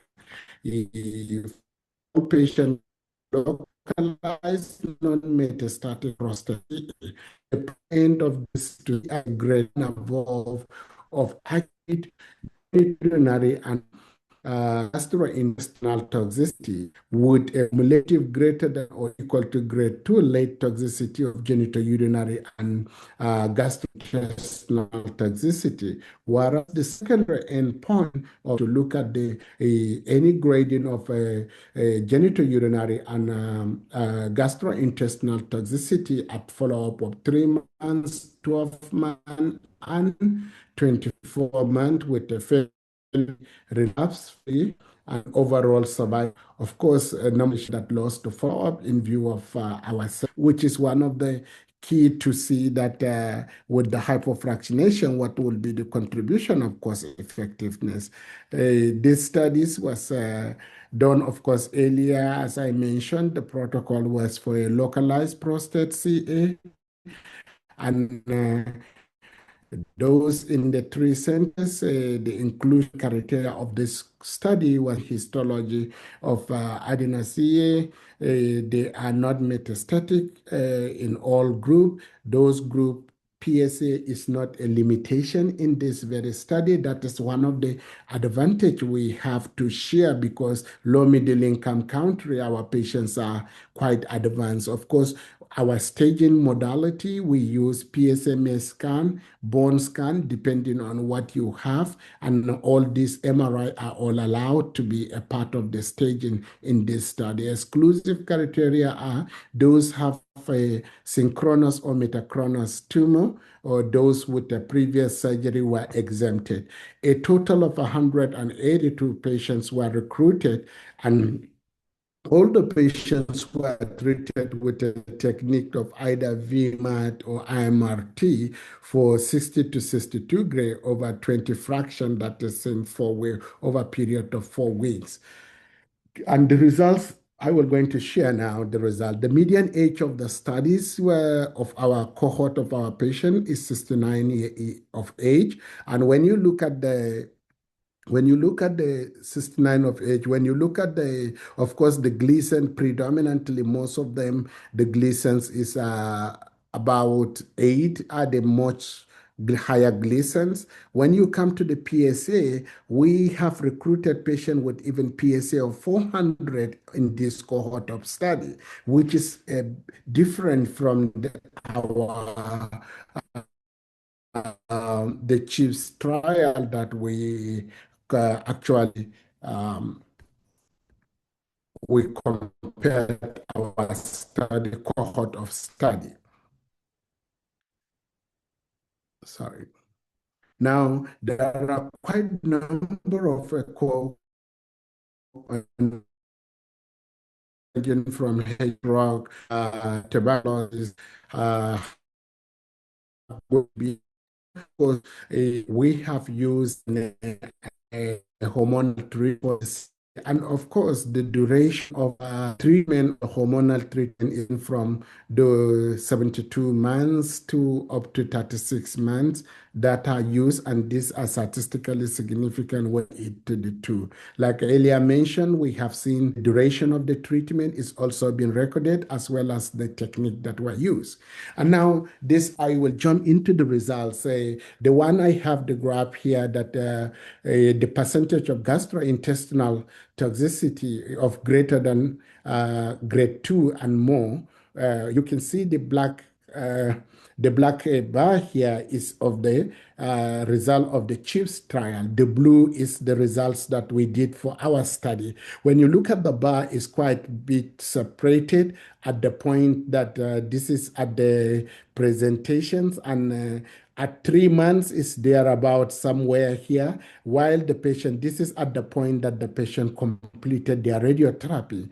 And at the completion of radiotherapy, clearly is not statistically significant, but we have a lesser patient with a toxicity of greater than 2 and above in terms of gastrointestinal, and looking at comparing with the CHIEFs trial. But going far toward the 12th month, we can see some of our patients, they do have their toxicity. There is an overlapping between somewhere around 6 to 8 months. There is a quite overlapping. They are quite married if we see the graph. And of course, this is also the graph of the black still remain for the genitourinary toxicity of the CHIEFs trial in black of the try to conclude, Abba, please. That clearly also shows this is sure. So in summary, we have done a study that is for the high moderate vaccination in low middle income country, and our results, preliminary results, show that it's quite comparable to the CHIEFs trial. We have gotten even a better result at 12 months of follow-up for our primary endpoint as of now, and we are preparing for publication of this. So generally, moderate hypofractionation for localized prostate CA is feasible in sub-Saharan Africa. The teams, I have nothing to say more than thank you. Expert from across the globe, we are meeting on a weekly basis, now bi-weekly for the last almost 4 years and above. So this our team. For them, I will say thank you of giving me the opportunity. So thank you. Okay, back to you. Thank you so much, Abba. I know that you have so many results and you are so passionate that we can talk hours about this, but of course, we will do this in a webinar specifically on the hypofractionation and also the Hypo-Africa group. It's also talking about breast and cervical cancer. But I would like to use the last 50 minutes that we have, but I see that Professor Ahmed is on the phone, because we should have with us Monica Sonu from the MPD Health and Innovation Toolbox, introducing AI for oncologists. So I think it would be nice to have her introduction. And also, as I understand, we will go more in depth in another webinar specifically on AI tools for oncology. But I am not sure she's still with us now. She's still with us, but I would like to say a note, please. Please. That hypofractionation need, as we said, a full webinar, full session.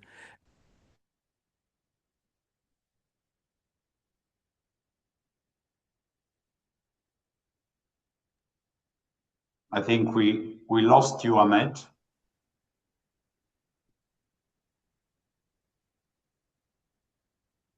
So Monica, welcome. I see you now again. Thank you so much, Professor Dr. Luca. It's such a delight to be again with all of you dignitaries here. It's my great honor. Actually, we were supposed to play a video. So if it is with you, probably we can go forward with the video playing, because it's a recorded session where it's a 10 minutes Yeah, I saw the video. It's very, very nice. I think it's very important to use it as an introduction of the topic and go more in depth in the future. Yes. But the one can play the video is Professor Ahmed. So I hope you can do it.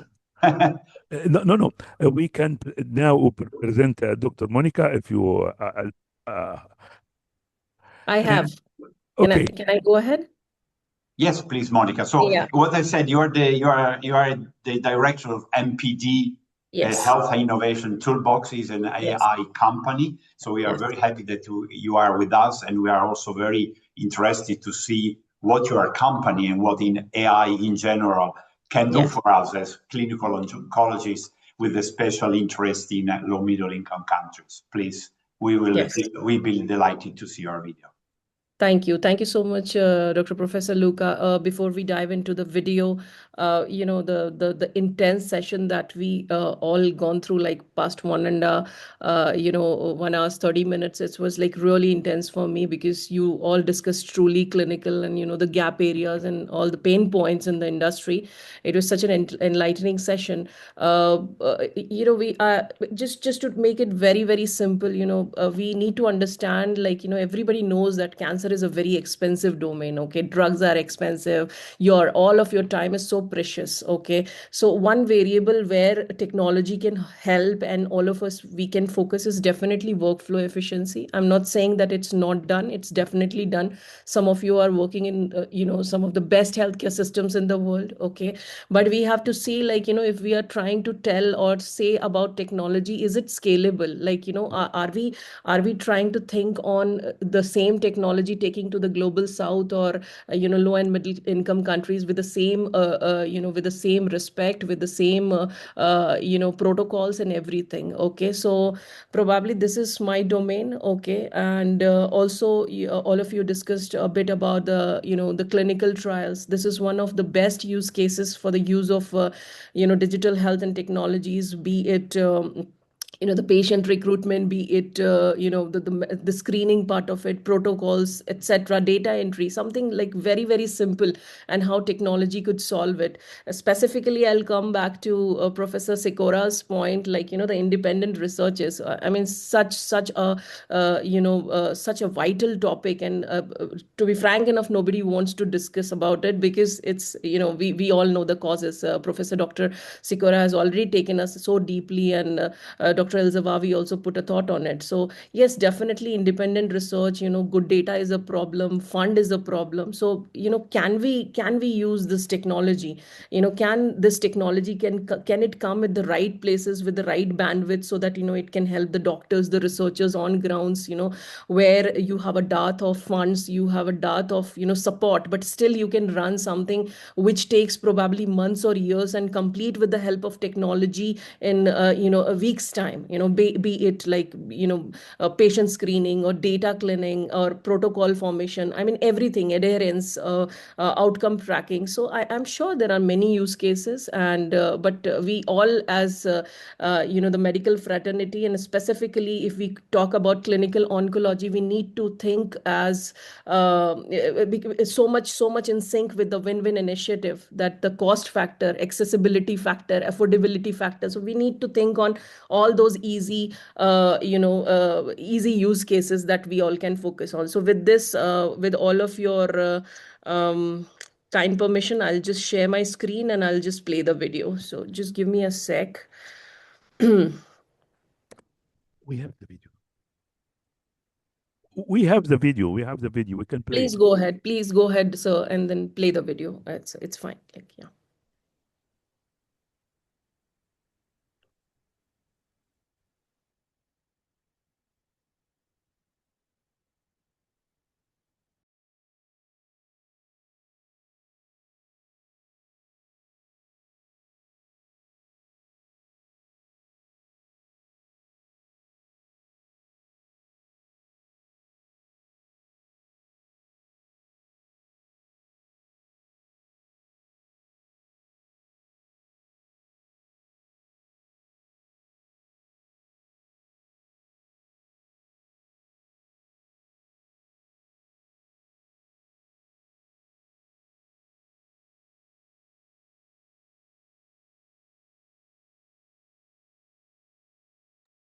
There is no sound.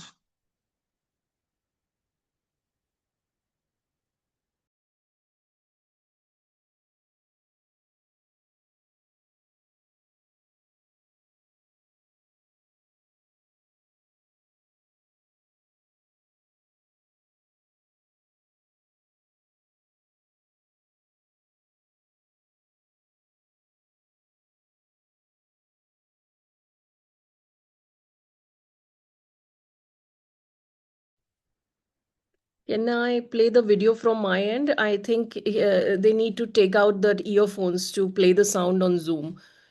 Can I play with your permission? Yes, please. For me, it's no problem. Okay, let's.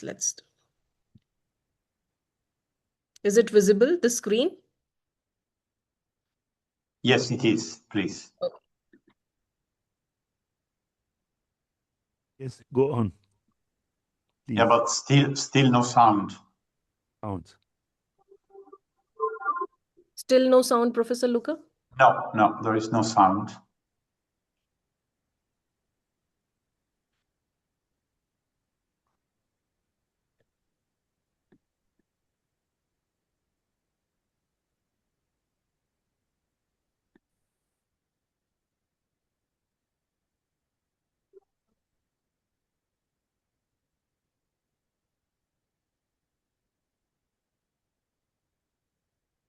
No, so we have no sound, and maybe it's because I don't know, Dr. Hamed, is there someone helping? Because I think it has to do with the way you are using Zoom. Probably it blocks the sounds from the video. Because there is the sound in the video. I mean, I watched this morning and it works perfectly. So yes, yes. Can we be sent the video as a link, or can we see it on a link, Monica? That would Yes, be... yes, I can. It's coming. Now It's coming. Oh, It's working now.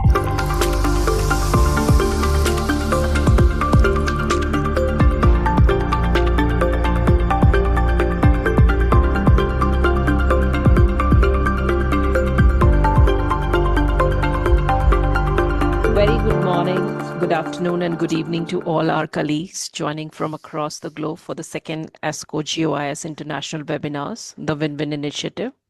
It's a great honor to be part of this truly global gathering committed to advancing equitable, high-value cancer care. Thank you, Professor Dr. El-Zawawi, Professor Dr. Kerr, Professor Dr. Nkorochi, and Professor Dr. Nugwa for setting such a powerful scientific foundation. Your insights on the still widely untapped landscape of radiotherapy and allied sciences reminded us how much potential remains untapped, specifically when we bring together smart science collaboration and value-based thinking.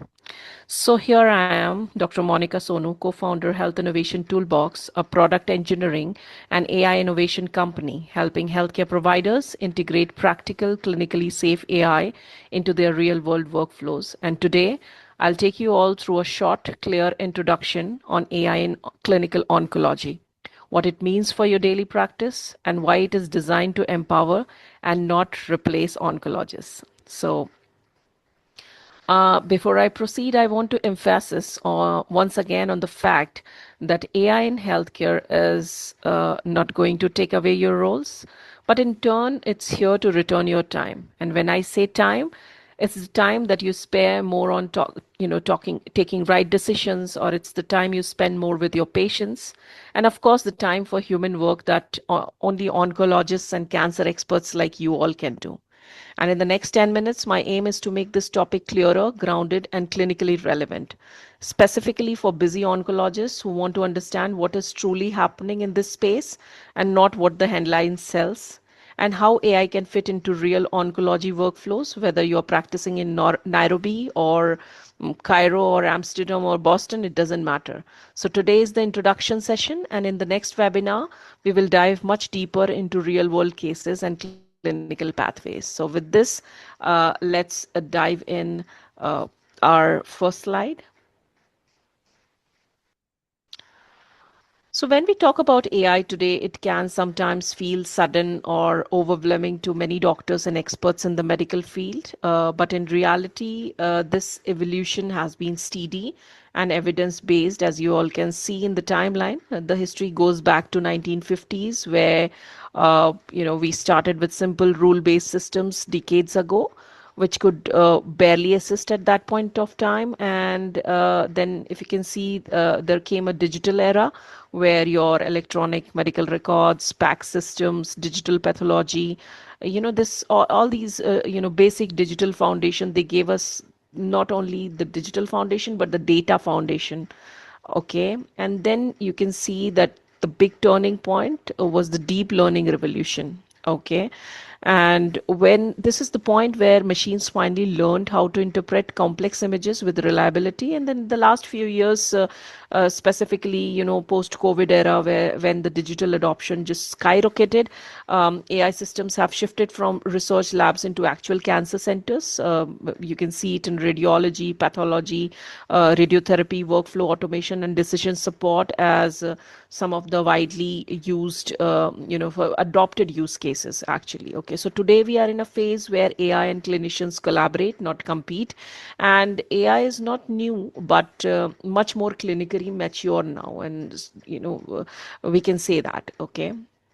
So moving on to the next slide, we go on how AI supports oncologists. So in the clinical world and on the floors where actual human-to-human interactions takes place, what matters is definitely not the technology, okay, but it's whether it eases your day, it eases your work, and the daily operations. So by now we have well-researched evidences on how across the cancer care, entire spectrum of cancer care, actually AI is starting to remove friction from daily workflows, how it helps doctors to catch subtle findings quickly, how it speeds up the area of work that used to take hours. One of the best examples could be radiotherapy contouring. So not only this, AI gives you early warnings on complications or toxicity, so that you can intervene proactively for that case. And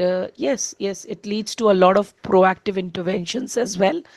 So these were some of the use cases from the clinical side. When we talk about the other side, which is the operational side, which is equally important, and I would say rather, which is much more non-riskier in comparison to the clinical ones, is to integrate things where AI takes away administrative loads.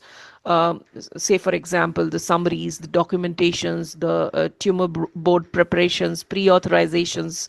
These tasks consumes a lot of mental bandwidth and human level repetitions. So just think of AI as a system that clears the clutter so that all of you can focus on the parts of the care that truly matters for you, or a part of the care that requires the true oncologist's mind. Okay, so let's move on to the next slide, which is AI augments oncologist lead. Okay, so uh, I have interacted with many medical professionals in my career, and specifically medical students, the new medical students, the graduates globally.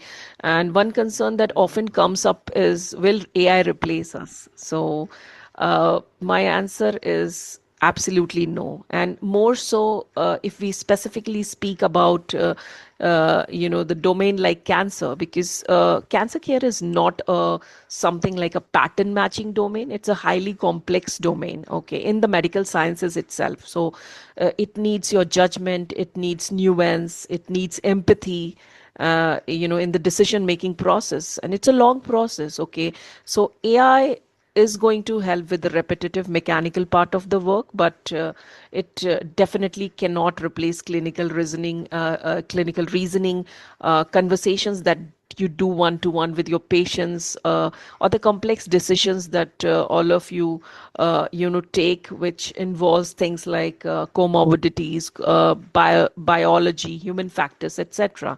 So definitely oncologist remains the decision maker in the entire system, and it's you who will choose when to use AI, how much to use it, and where it fits properly. Okay, and AI simply amplifies your ability, it does not overrides it. So if you ask me what is the future of AI in the clinical oncology, I would say it's human plus AI, where humans, that's that's the doctors, the oncologists, the medical experts, remains in the driver's seat. So we all have to be ready and prepared for it. So having been said that, let's move on to the next slide, which is the economic benefits of cancer centers and oncology. oncologists. We have already discussed a bit about it. So beyond clinical value, there is also very practical operational side of AI, because AI has proven to improve efficiency across cancer centers. It has proven to reduce errors, speed reporting, and improving planning workflows, which directly lowers the overall, costs. And by increasing the throughputs without increasing the staffing, it supports revenue. By helping with trial recruitments and structured data, it definitely strengthens the research capacity. So, in simple terms, I would say that AI helps cancer centers do more with the same resources, and it also helps clinicians reduce burnout while maintaining the quality of the care. Uh, this is a very important topic out here, because this economic layer is one of the big reasons adoption is growing worldwide, and this is exactly why the vision of ASCO-GOIS and the win-win initiative in entirety aligns so naturally with AI in oncology, because when we implement AI responsibly, it just directly supports the core mission. Okay, the core mission of the win-win initiative, that's the reducing cost, increasing access, and delivering better value cancer care for every region. So yes, then let's move on to the next. Is like so much is being talked about, it's in media, it's everywhere, it's catching the headlines, AI healthcare. And so in this scenario, it becomes like very important and very critical for us, like, that how do we choose the right AI partners, and how we can trust the tech, the tech behind our decisions. Because definitely not AI, all the AI systems are same. And if you just choose the wrong partners, it could like really make the life harder for everybody in the healthcare system. So uh, again, I would focus on the point that what matters is not the algorithms. What matters is whether the partner understands your workflow, whether they can customize solutions to your context, what is the infrastructure you're running on, what's your workflow like, what's the EMR medical records you're running on, what's your PAC system, what's your MDT style. Are they ready to co-create with you, or or are they just selling one size fit all box kind of thing, and pushing it into the system? So this evaluation matters a lot, okay, because one wrong decision can deplete a lot of things at one go. Okay, maybe we can discuss about this in the next webinar. Okay, so coming back to the right partners could be the one who integrate smoothly, reduce the cognitive load, reduces manual burden, and fix into the existing rhythm of the work, like what you're doing. If they can just come into the picture and just design something that's best for the workflows that you follow. Again, coming back to the safety, explainability, the partners who are very transparent on such stuffs right from the beginning, and they take humans in the loop, they give full clinician controls, are always better to start with. And uh, it's like a step by step process. Okay, it's never like you take something and just rampantly scale it up. No, you have to go with the right steps, right processes, in order to make even the smallest of the use case a success, and something that your teams can buy in. Okay, so this is the difference between becoming AI, selecting the best partners, and being at the right track, rather than AI becoming a burden later on when a wrong decision is taken. So definitely good AI partners walk with you, and not something which does not match with your bandwidth. So with this, I end my intro session and the teaser. Okay, and uh, in our next webinar, I will take all of you much deeper into the real clinical workflows, case examples, and practical AI pathways in oncology. Once again, my heartfelt thanks to the entire ASCO-GOIS community and specifically Dr. El-Zawawi for championing global learning, open innovation, and true collaboration across continents. It is always a privilege to contribute to the win-win vision of shared progress and accessibility, high-value cancer care for all. And I hope you all found this session meaningful, and I look forward to continuing this journey with you all. Thank you so much.